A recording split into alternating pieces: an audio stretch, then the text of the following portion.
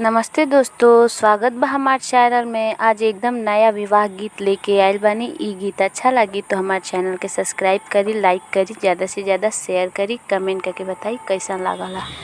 तेरे छे पापा पगड़िया बनले हो, तेरी छिए देशवा समाई गईले हो, तेरी छिए देशवा समाई गईले हो।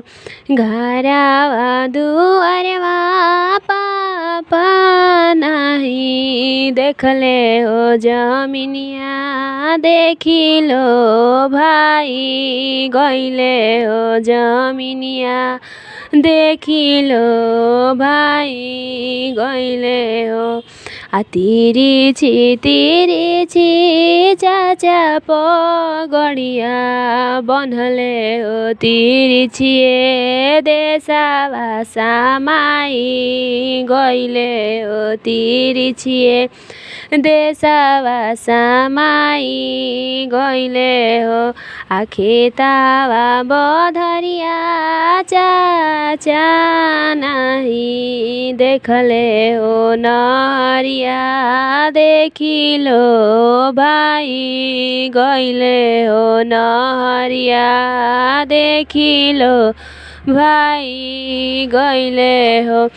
तेरी छी भैया पगड़िया बनले हो, तेरी छिए देशवा समाई गईले हो, तेरी छिए देशवा समाई गईले हो।